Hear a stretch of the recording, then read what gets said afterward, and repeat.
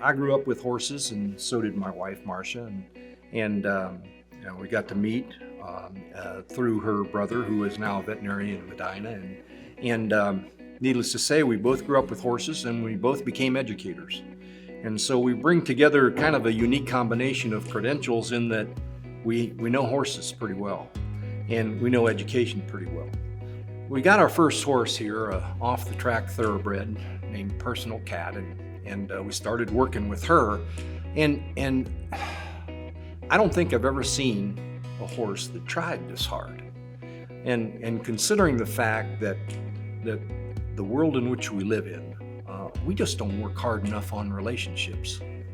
And so this whole effort on our part to communicate with her kind of gave us some ideas in terms of how in the world can we have a human and a horse communicate with one another, work on relationships, and how in the world, or why shouldn't a relationship effort like this spill over into everyday life? We just, each and every day we wake up and we come out here to the farm, and sometimes we comment on the fact that we don't know if we are helping those that come or if they're helping us, because the experience out here is just always a wonderful experience. One of them is a young lady that came out when she was around 12 years old, I believe, and she would constantly get in the stall with the horse and start brushing.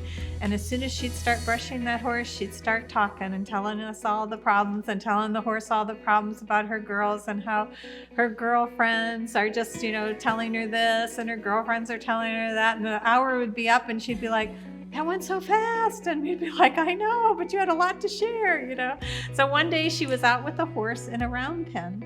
So we let the horse loose, took the halter off, and we said, "Look, I just want you to go out there and experience some time with the horse. So just kind of start walking around." And sure enough, Lucy, one of our horses, joined up with this young lady. And by joining up, I mean she got right next to her and was following her all around. And all of a sudden, this young lady just started crying.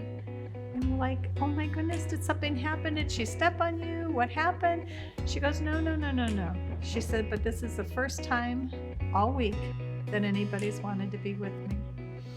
So she got to experience with that horse what she would like to experience with some of her friends. And that relationship grew and grew with that horse. And then, of course, her relationships with her friends grew as well, and her relationship with Christ. And we're fortunate in that Christ has given us this. He has given this gift to us, in that He has placed us where we want to be. He has placed us in a position where we know a little bit about what we're doing.